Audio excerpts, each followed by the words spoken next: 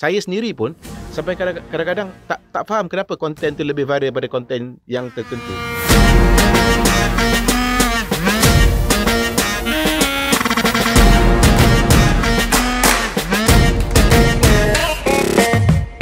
Hai, Assalamualaikum guys.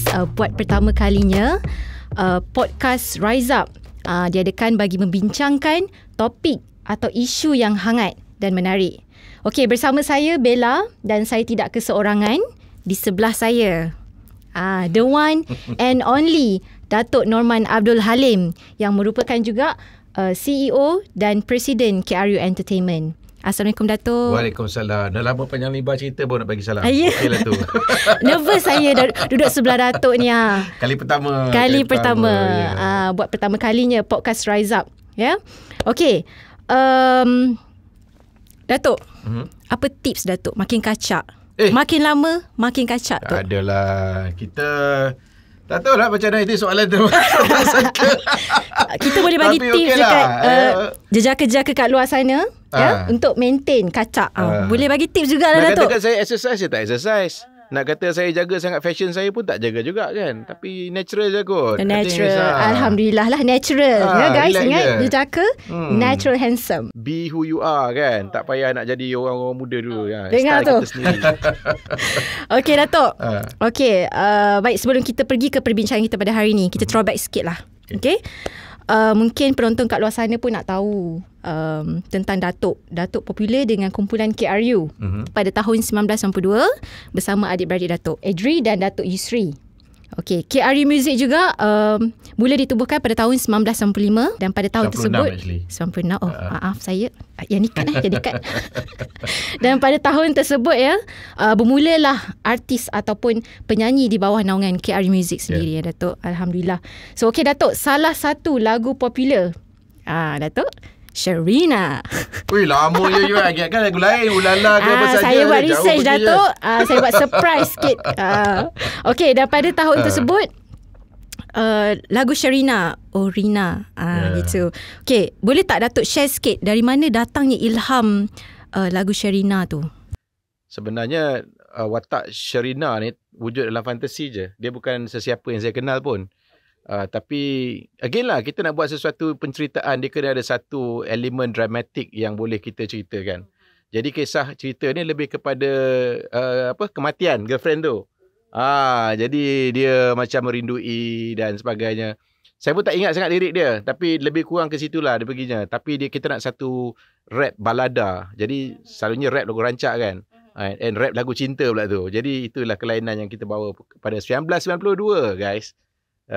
Boleh tak saya, mungkin penonton pun nak tahulah macam mana lagu Sherina ni tak ingat lah. Tak ingat tu sungguh tidak kusangka begini akhirnya. Nampak Datuk belanja guys, mahal ni. Berita baik untuk usahawan mikro. KRU Masterclass menyediakan program latihan jangka pendek berimpak tinggi untuk melonjakkan prestasi perniagaan anda. Dengan pembiayaan sebanyak 80% dari SME Corp Malaysia, anda hanya perlu membayar sebanyak RM300 selama 4 bulan untuk mendapatkan latihan program Social Commerce Micro Connector, pakej pengiklanan dan panduan dari mentor tokoh perniagaan. Perkasakan perniagaan anda dan sertai program latihan KRU Masterclass. Tempat terhad, jadi klik Google Form di bawah sekarang.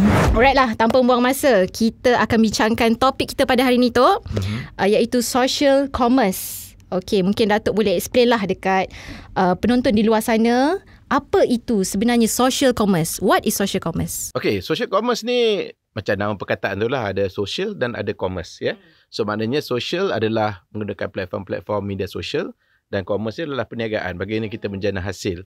Dia berbeza sedikit daripada kalau kita cuba kaitkan dengan e-commerce. E-commerce tu dia gunakan platform-platform e-dagang. Dia transaksi tu berlaku dalam khususnya di laman-laman web. Tapi kalau kita dekat social commerce ni, sekarang platform-platform social commerce, contohnya seperti TikTok, yang beg kuning semua tu, itu sebagai sebahagian daripada kaitannya menggunakan platform media sosial dan diperdagangkan pula.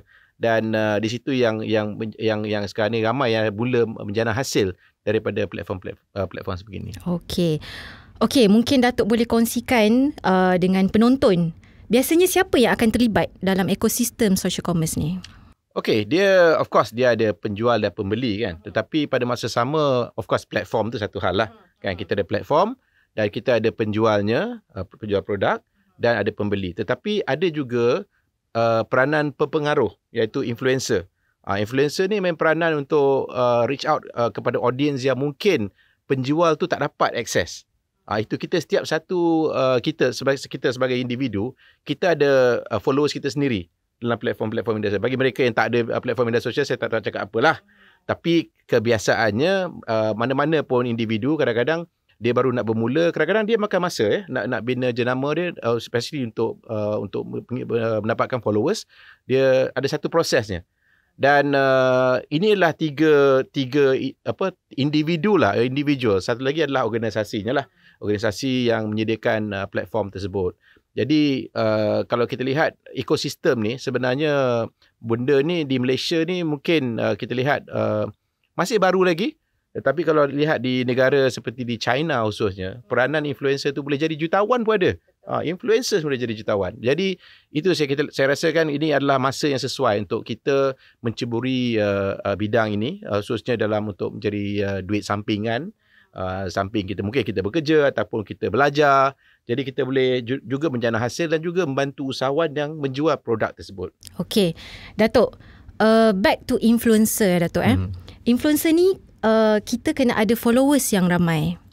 Tak ada followers yang ramai, kita ada kekangan lah. Macam mana kita nak buat bisnes? Tak ada branding yang kuat dan sebagainya. Jadi mungkin Datuk boleh bagi tips macam mana kita nak bina followers yang ramai. Okay, it's not easy Jadi macam kita nak bina sesuatu jenama kita dalam platform media digital ni juga, dia ada satu proses. Jadi pertama sekali kita kena sebagai influencer kena kenali diri kita siapa. Apakah minat kita? Kita tak boleh menipu pengikut kita. Kalau contohnya kita memang minat baca buku, for example, dan you nak review buku, dan sebagai influencer ni sebagai influencer yang specialize dalam penjualan buku, dia boleh review buku. Ada juga yang review filem, tapi dia tak adalah, mungkin saya tak tahulah yang buat review filem ni dibayar atau tidak oleh pengedar dan sebagainya. Tetapi yang pastinya mereka yang buat review ni, macam contohnya buat muzik kan, ada juga buat review muzik. Kebanyakan kalinya tidak dibayar. Tapi kalau dibayar, mereka juga kena jujur dengan dia orang punya review kan. Kalau tak, dia tak boleh nak tipu audience dia, pasal dia akan hilang pengikut. Kalau dia mula nak cakap produk yang tak baik, dia cakap baik. Jadi influencer ni sebenarnya dia kena seperti saya kata tadi, dia kena ada subject matter expert lah bagi sesuatu penjualan produk.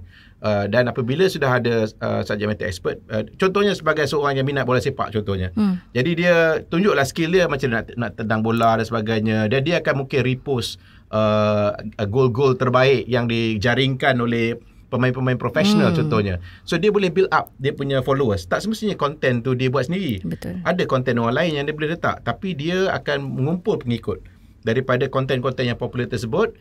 Dan of course lah ada teknik-teknik tertentu, pukul berapa nak post, apa dia nak hashtag dia macam mana dan sebagainya, untuk orang dapat tahu kewujudan konten dalam mungkin berbilion lah konten yang ada dalam platform digital ni. Okey, Datuk sendiri sebagai seorang usahawan yang berpengalaman juga, ya.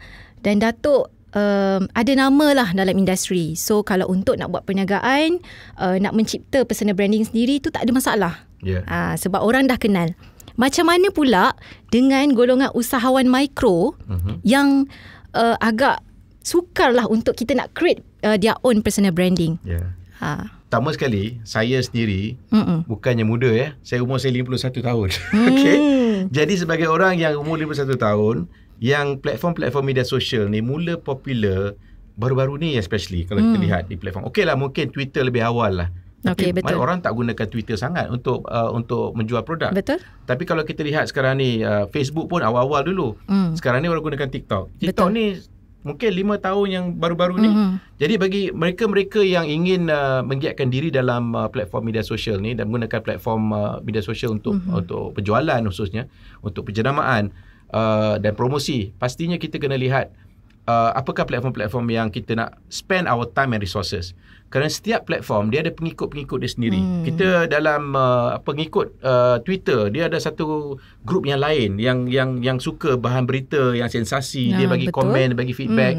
Kalau kita lihat Facebook pula, generasinya lebih tua daripada generasi Instagram, dan TikTok adalah lebih muda.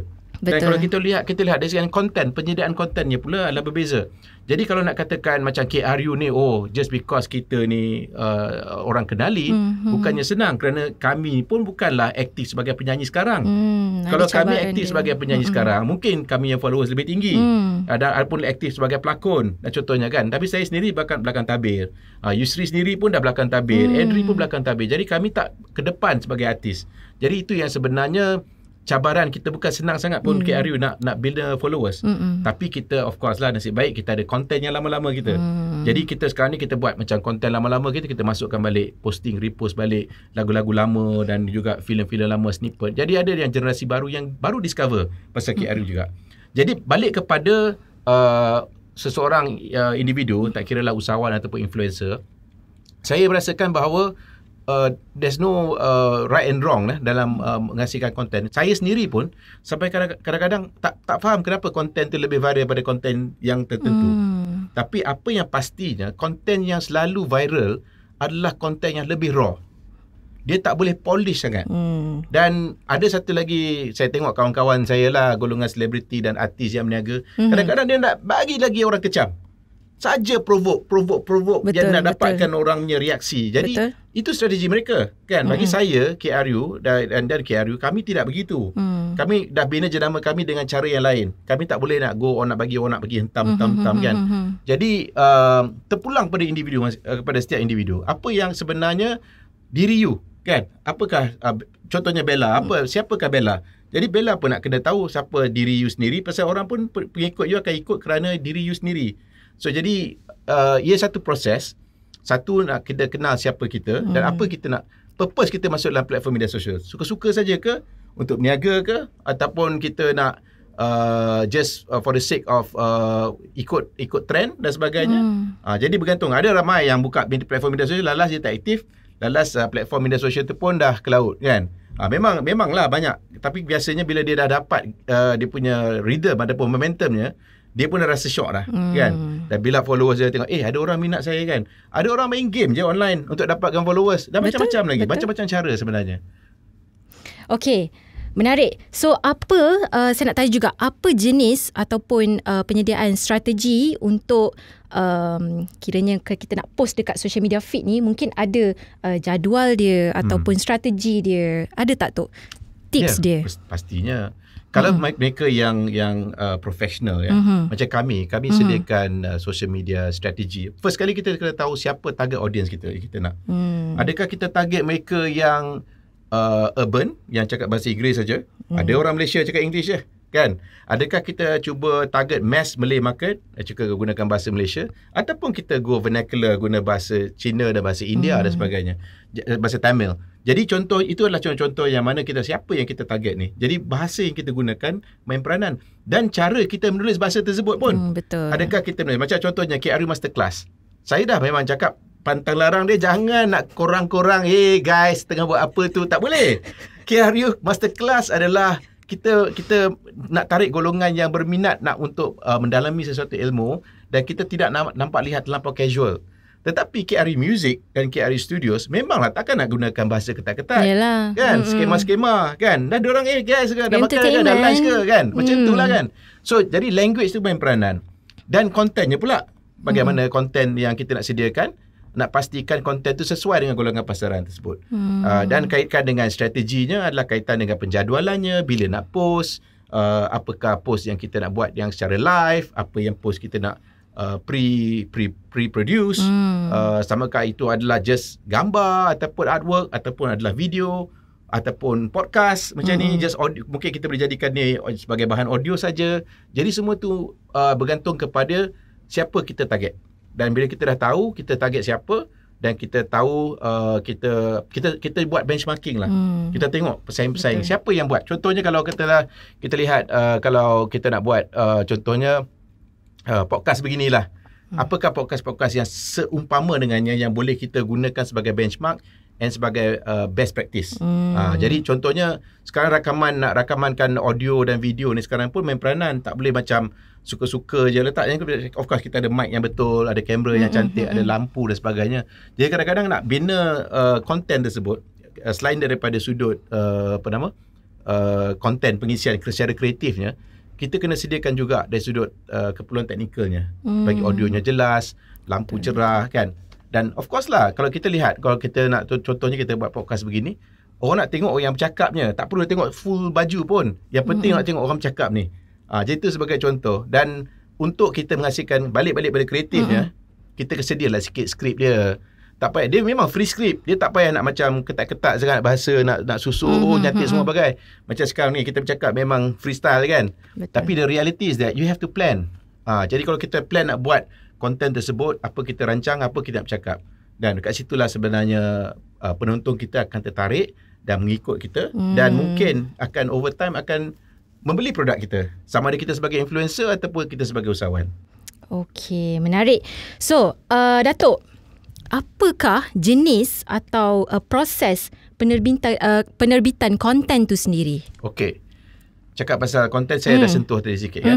First kali kita kena tahu, saya macam buat filem, macam buat lagu, kita prosesnya nak buat penulisannya dulu. Kita buat skripnya dulu. Jadi contohnya macam kita pada hari ini kita buat talking points ya. So dapat talking points tu kita dah tahu structure dia, bagaimana kita nak bentangkan sesuatu subjek. Jadi mula dari situ ya. Dan keduanya kita lihat bagaimana kita buat persediaan secara teknikalnya pula. Kadang-kadang okeylah kita bernasib baik kita ada studio yang betul nak buat rakaman ni. Tetapi kita kalau tidak ada peralatan ni, ada pelbagai cara untuk kita hasilkan. Sekarang ni macam-macam boleh beli secara online pun. Pakai handphone pun boleh kan. Dan untuk menyuntingnya pula bagaimana kan. Mungkin kalau kita nak bagi fancy sikit, kita masuklah dia punya music ke apa ke, ada pun effects, editing dan sebagainya. Tapi sekarang ni ada macam-macam. Kita boleh edit, tak payah pakai software professional pun untuk menghasilkan konten tersebut. Jadi inilah sebenarnya proses kita untuk menghasilkan konten tersebut. Ada kalanya kita tak perlu nak terlampau. Saya lihat dari segi konten yang selalu orang suka nak menonton adalah live.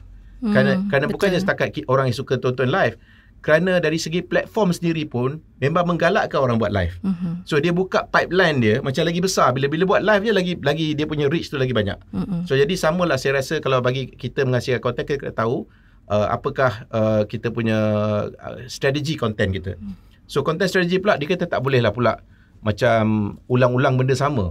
Kadang-kadang beli. Orang pun fed up.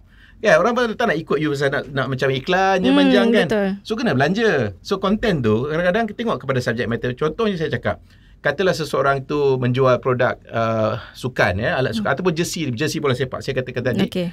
Di mana dia cakap lah pasal dia punya football club tu, ataupun contohnya ada perlawanan-perlawanan besar, final contohnya JDT lawan Selangor contohnya. Okey, apakah korang rasa siapa menang kan? Berapa skor? Jadi kadang-kadang ada interaction. Jadi dalam konten tersebut tak semestinya kita sentiasa bagi pandangan kita saja. Kita pun ada dengar pandangan daripada followers kita juga. Jadi dari pandangan followers tersebut, dia akan beri satu elemen reaksi pada mereka. Dan jangan lupalah reply. So, ini saya tengok kadang-kadang orang buat post tapi dia sendiri tak tengok orang yang balas komen tersebut. And paling tidak pun like lah. Orang dah buat effort kot. Kan orang dah effort, dah tulis macam dia bagi pandangan dia positif atau negatif. Kita kena terima hakikat yang kita ni perlukan criticism untuk kita perbaiki diri kita. Jadi kalau melainkan macam kalau memang hater yang betul-betul saja nak bagi you kecam dan sebagainya, okey lantaklah kan. Tapi kita cakap orang yang betul-betul yang cakap okey bagi criticism yang baik. Dan contohnya seperti macam baru-baru ni kami buka Taman Wetland. Wetland Studios di Taman Wetland. Jadi ada je kebanyakannya komennya positif, tapi ada juga bagi pandangan-pandangan tertentu untuk perbaiki lagi. Jadi saya rasa saya anggap itu satu komen yang positif. Saya terima kasih pada mereka. Kerana itu penting bagi kami untuk memberi experience yang lebih baik kepada pelawat-pelawat kita.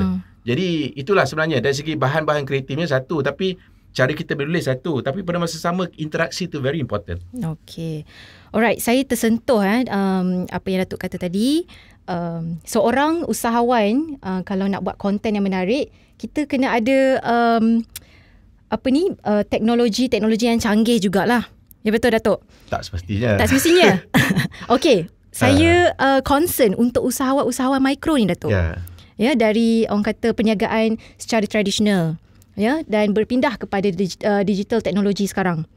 Okey, so macam mana Datuk? Diorang mungkin ada orang kata cabaran dari segi perlukan sikit masa untuk belajar, mendalami ilmu teknologi digital ni, dan mungkin mereka juga perlu dana yang banyak. Ya, mungkin kena beli peranti handphone yang lebih canggih ke, mungkin kamera, lighting dan sebagainya. Jadi macam mana Datuk? Apa komen Datuk untuk usahawan-usahawan yang mikro ni untuk membina konten yang lebih menarik? Okey, saya nak jawab soalan ni dengan pengalaman saya macam mana KRU jadi penyanyi mula-mula. Pasal you dah paksa saya nyanyi tadi kan. Okey, masa KRU mula kan nak nyanyi, kita tak ada studio rakaman yang canggih, tak ada lagi record company ambil kami. Kami pakai mini kompo yang ada button play dan record je. Pakai kaset.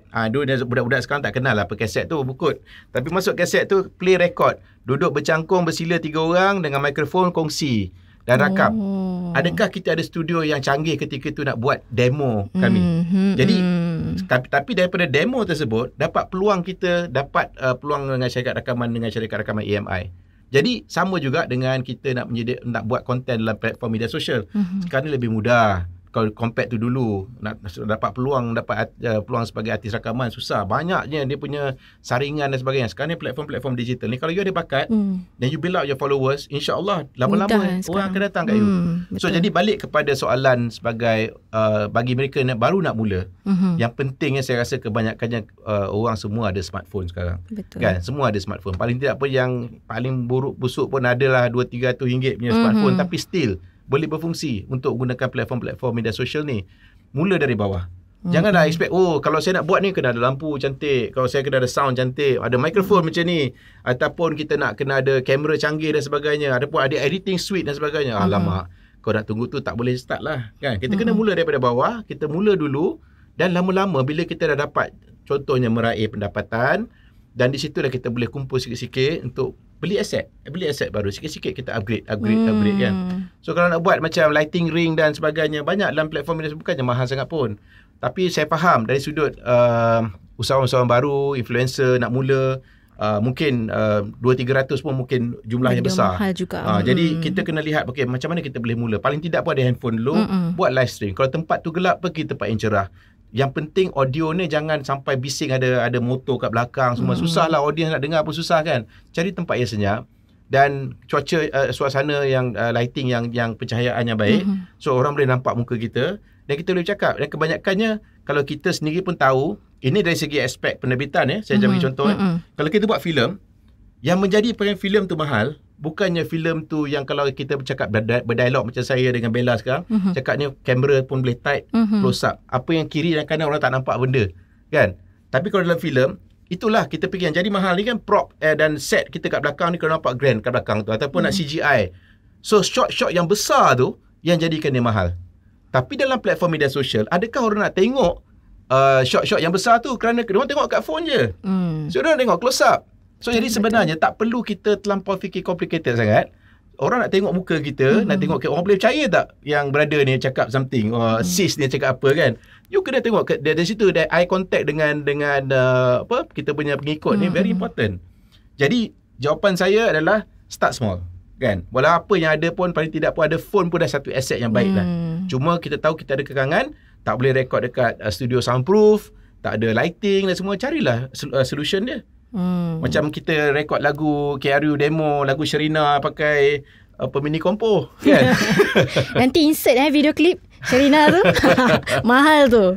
Anda mempunyai produk atau perkhidmatan tetapi masih kurang menyerlah dari sudut penjenamaan, nak jalankan kempen periklanan tapi tak mampu kerana tidak mempunyai modal besar? KRU Media menyediakan pakej periklanan yang kos efektif dan turut bekerjasama dengan agensi kerajaan untuk menyediakan geran pemasaran dari 50% sehingga 70%. Dengan kepakaran dan pengalaman KRU Media, jenama anda akan lebih dikenali sekaligus meningkatkan potensi melariskan jualan. Jadi, nak Tunggu apa lagi? Klik ke Google Form di bawah sekarang dan kami akan membantu anda mencapai potensi perniagaan anda sepenuhnya. Kita teruskan soalan yang seterusnya. Adakah KRU ni menyediakan perkhidmatan bagi melatih usahawan ataupun influencer untuk social commerce ni, Datuk? Ya. Sebenarnya sejarah KRU Masterclass adalah bila kita menubuhkan KRU Academy pada tahun 2012. Dia dah 11 tahun kita buat training. Jadi of course dulu kita buat training lebih subjek-subjek diploma. Tapi kami berasakan sekarang ni sejak pada COVID, kita berasakan bahawa tak perlu kita buat program-program jangka panjang. Kita buat fokus pada program jangka pendek. Dan fokus jangka pendek tu mungkin secara dalam talian ataupun secara fizikal, bergantunglah kepada mereka yang tak boleh travel. Contohnya daripada Sabah Sarawak, mereka lebih suka buat secara virtual. Tapi kita buat latihan tersebut di mana kita sediakan infrastruktur daripada kami, termasuklah sistem virtual desktop untuk integrate platform mereka. Kalau mereka nak belajar untuk buat animasi dan sebagainya, mungkin perlukan specs yang besar. Jadi dia can tap our system ni untuk VDI kami, untuk mereka buat kerja-kerja untuk buat penerbitan, ya. Tapi balik pada kita punya projek subjek social commerce ni, dia sebenarnya tak perlukan heavy duty punya equipment pun. Jadi bagi kami sediakan latihan untuk usahawan, untuk influencer dan juga untuk digital marketer. Dengan tujuan untuk mereka beralih kepada platform-platform media sosial dan juga platform digital untuk menjana hasil. Menarik ya. Nanti saya boleh join ke, Datuk, kelas tu? Yang penting sekarang ni is actually sekarang ni banyak content ni memang ada dalam platform-platform macam YouTube dan sebagainya. You boleh tengok macam-macam, you type akan keluar. Tetapi kadang-kadang dia tak sama dengan bila you dapat ilmu daripada seseorang tersebut secara live. Jadi tonton boleh, tapi still you nak bertanya soalan. Jadi kadang-kadang belajar sendiri tu dia macam you still have a lot of questions kan. You still tak puas. Jadi you kena tanya juga. Dan kat situ, especially orang yang dah pernah buat. Orang yang dia dah lalu semua ni, especially secara teknikalnya bagaimana. Jadi kami di KRU Masterclass kita sediakan latihan berkonsepkan ala-ala TVET. Cara dia TVET. Maknanya dia lecturing punya hours lebih kurang 30% dan 70% lebih kepada praktikal. Itulah cara kita untuk pastikan mereka sendiri dah boleh buat apa yang assignment yang kita bagi. So lama-lama pandai dan boleh buat sendiri. Boleh ajar orang pun. Okey. So kita kembali kepada soalan yang ni saya pun tertanya-tanya jugalah Datuk, tentang TikTok. TikTok ni tak silap saya ditubuhkan pada September 2016, yang agak lama, dari Zhang Yimin tak silap saya. Okey, so TikTok ni pada awalnya dikenali sebagai trend. Trend yang macam orang influencer akan filter lah, menari-nari dan sebagainya. Sekarang ni TikTok dah ada TikTok Shop, Datuk. TikTok Shop. Jadi usahawan-usahawan ni banyak yang daripada perniagaan tradisional berpindah kepada digital teknologi, especially to TikTok Shop. Saya perasan sebab TikTok pun sekarang nombor 1 ya, Datuk, ya. Okey, so soalan saya, adakah TikTok ni merupakan satu platform yang terbaik? Especially untuk usahawan-usahawan mikro untuk menggunakan platform ni sebagai perniagaan mereka. Kalau nak katakan terbaik atau tidak itu subjektif, tapi ia adalah platform yang paling berpengaruh sekarang ni. Ya, kerana mungkin trend akan berubah-ubah. Kita tak tahu platform mana yang mungkin lebih popular lepas ni. Tetapi yang bagus tentang TikTok ni, dia adalah contoh terbaik untuk social commerce. Kerana ia adalah platform media sosial. Dan juga ada elemen transaksinya di situ dalam platform TikTok Shop ni. Dan kita yang beg kuning kita tengok tu, satu ialah seperti saya katakan balik, kita sebagai usahawan, kita akan cuba kita akan cuba promosikan produk kita. Tetapi kadang-kadang bila sebagai usahawan, you dapat followers you sajalah. Tapi sekarang ni dalam TikTok Shop ni kita boleh collaborate, ya. Kita boleh affiliatekan kita punya influencer kepada platform kita, dan mereka juga boleh bantu menjual produk tersebut. Jadi itu sebenarnya kelebihan TikTok sekarang. Jadi saya rasa lama kelamaan, of course kejayaan TikTok ni pastinya akan dilihat oleh pesaing-pesaing TikTok, dan mereka juga akan continue to see how they can integrate social platform, social commerce platform dengan social media platform dengan e-commerce. Dan di situ sebenarnya saya rasa lagi satu kebaikan kat TikTok ni, dia sendiri sediakan diskaun untuk produk-produk kita. Jadi kami sendiri jualkan produk, tapi pada masa sama kita kenapa murah harga ni? Rupanya sebenarnya TikTok bagi diskaun kepada, dia subsidize kos kita. Jadi itu sebenarnya kebaikan gunakan TikTok Shop ni. Buat masa ni kalau kita masukkan platform e-commerce yang biasa, kita sendiri yang kena tentukan diskaun kita. Dan saya dapat maklumat bahawa banyak dah sekarang trendnya yang penjualan produk melalui TikTok ni, dia ada bantu juga penjualan platform-platform lain. Contohnya jual dekat Shopee, jual dekat platform e-commerce sendiri dan sebagainya. Kadang-kadang dia ada dia punya spill over effect dia. Tapi dia mula daripada TikTok lah dulu. Okey. Mengikut statistik yang Datuk daripada Bank Negara Malaysia, mengatakan 58% lelaki lebih cenderung pada online shopping, Datuk. Berbanding dengan wanita hanya 56%. Jadi apa pandangan Datuk dengan statistik ni? Betul ke, Datuk? Entahlah, saya pun tak pasti. Saya selalunya wanita yang lebih aktif shopping ni. Tapi kalau saya lihat dari segi transaksi yang berlaku dalam platform-platform kami, lebih kepada wanita lah. Lebih kepada wanita. Dan saya tak tahu macam mana. Mungkin ada produk lain kot dia beli. Saya pun tak tahu. Lelaki ni.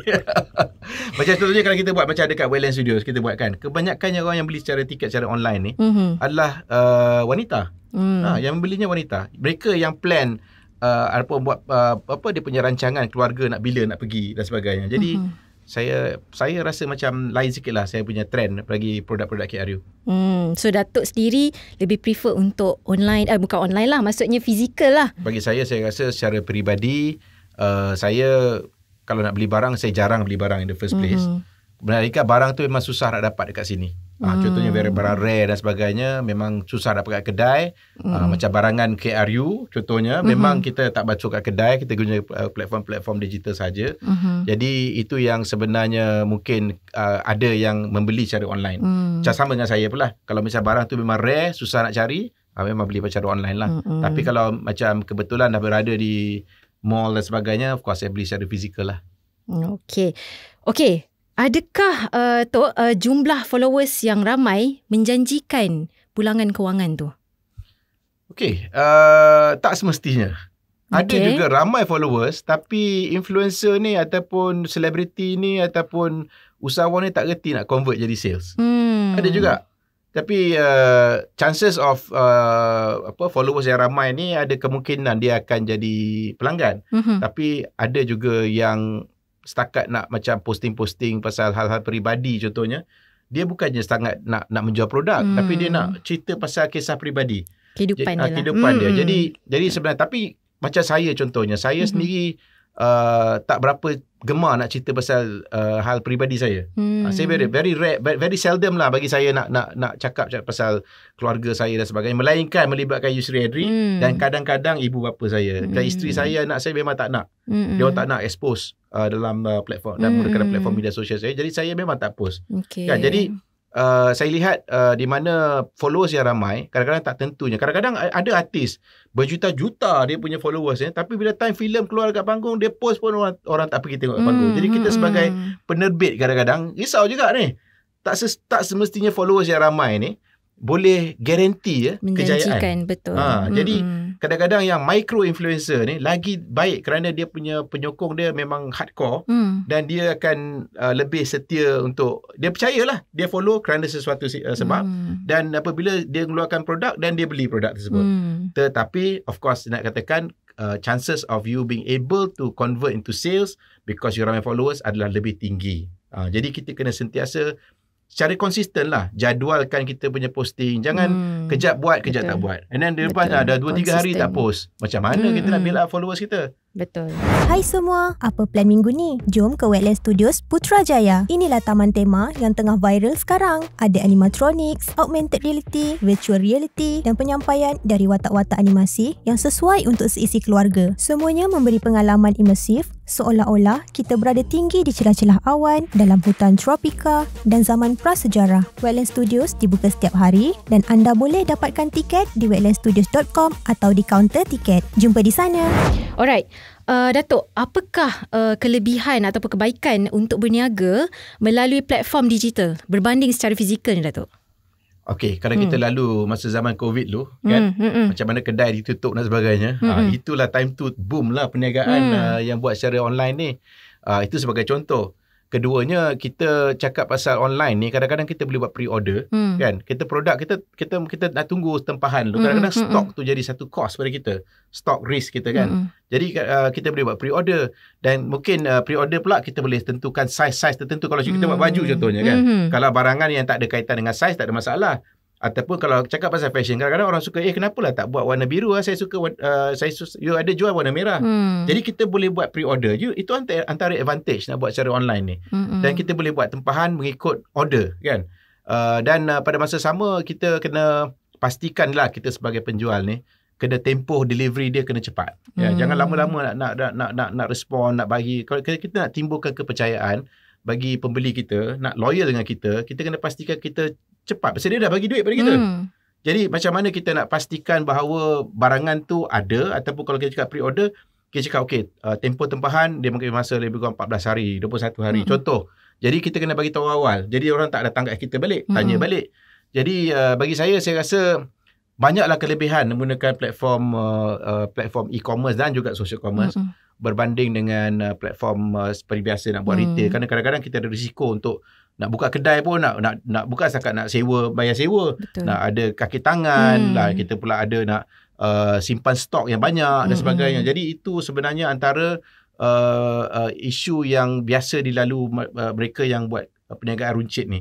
Jadi bagi saya rasa kalau baru nak mula berniaga, start online dulu.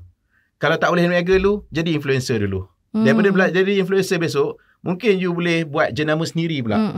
Kan? Jadi dan you boleh jual produk you sendiri. Dan di situlah sebenarnya ini proses pembelajaran lah. Kalau kita sendiri pun tak lalu semua ni. Macam kita masuk sekolah juga kan. Masuklah prasekolah dulu, masuk sekolah rendah, menengah, masuk IPT. Sama juga dengan nak jadi influencer, nak jadi usahawan. Dia ada prosesnya. Jadi jangan terus-terus laju je terus-terus aku nak jadi usahawan. Betul. Kan? Alright. So, okay. Apa end game bagi influencers ni, Datuk?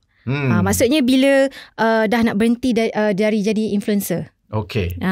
Itu selalu orang cakap. Pasal saya cakap kalau dalam apa-apa kehidupan kita kena tahu kat mana kita nak berhenti.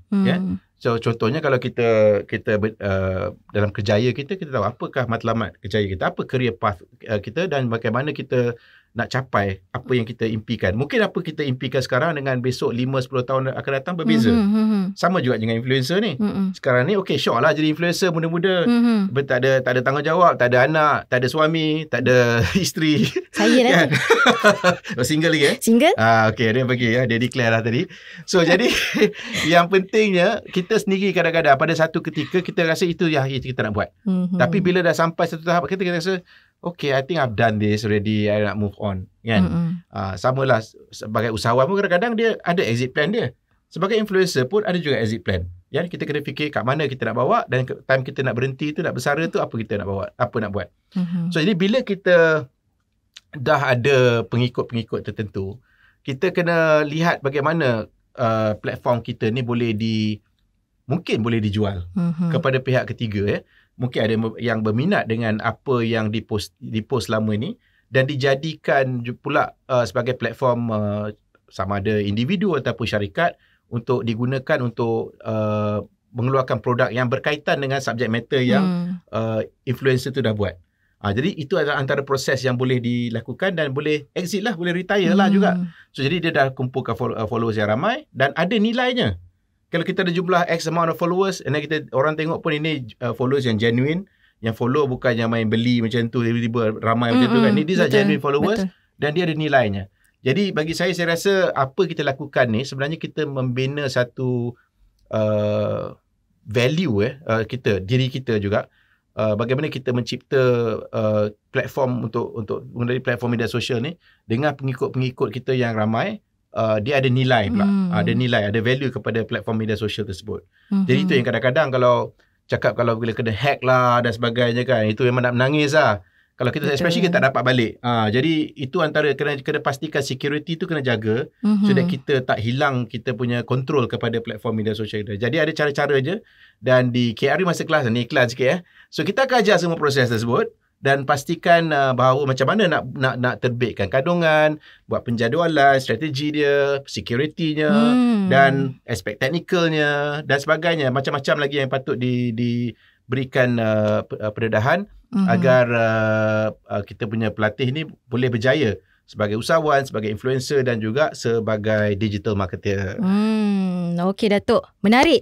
Saya nak tahu juga Datuk, di KRU ada tak macam kelas-kelas ataupun short course untuk peniaga-peniaga, usahawan mikro lah especially macam mana diorang nak mendigitalkan perniagaan mereka sendiri. Ada tak Datuk? Okey, itu okey lah. Saya dah sebut tadi tapi saya nak ulas sedikit lagi. Sekarang ni kita ada special offer lagi.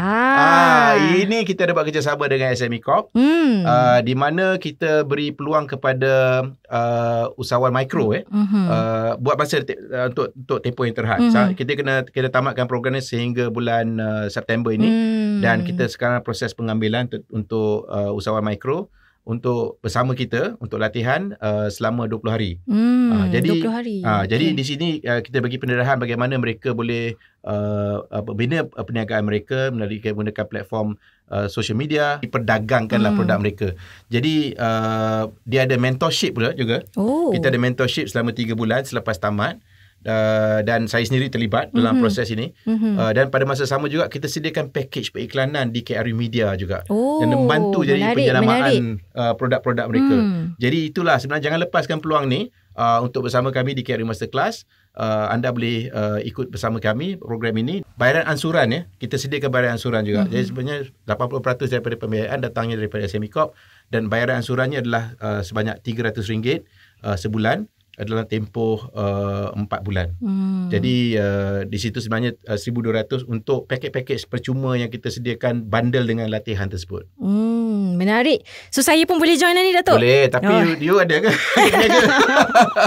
Boleh. Okey Datuk, kita pun dah di hujung rancangan Datuk ya.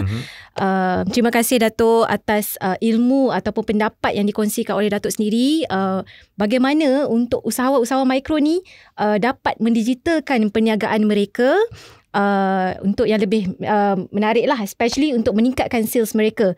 Datuk, tapi saya nak tanya jugalah, untuk kelas usahawan mikro Datuk apa yang mereka akan belajar nanti? Dia ada pelbagai pasal branding, pasal personal branding, corporate branding, product branding, cakap pasal content production, live stream production, graphic design, video editing. Ada kesemuanya holistik lah, secara holistik. Dan tujuan kita adalah memastikan mereka menghasilkan content mereka secara profesional. Okey. Saya dah tahu dah. Saya nak join nanti Datuk, boleh Datuk? Okey.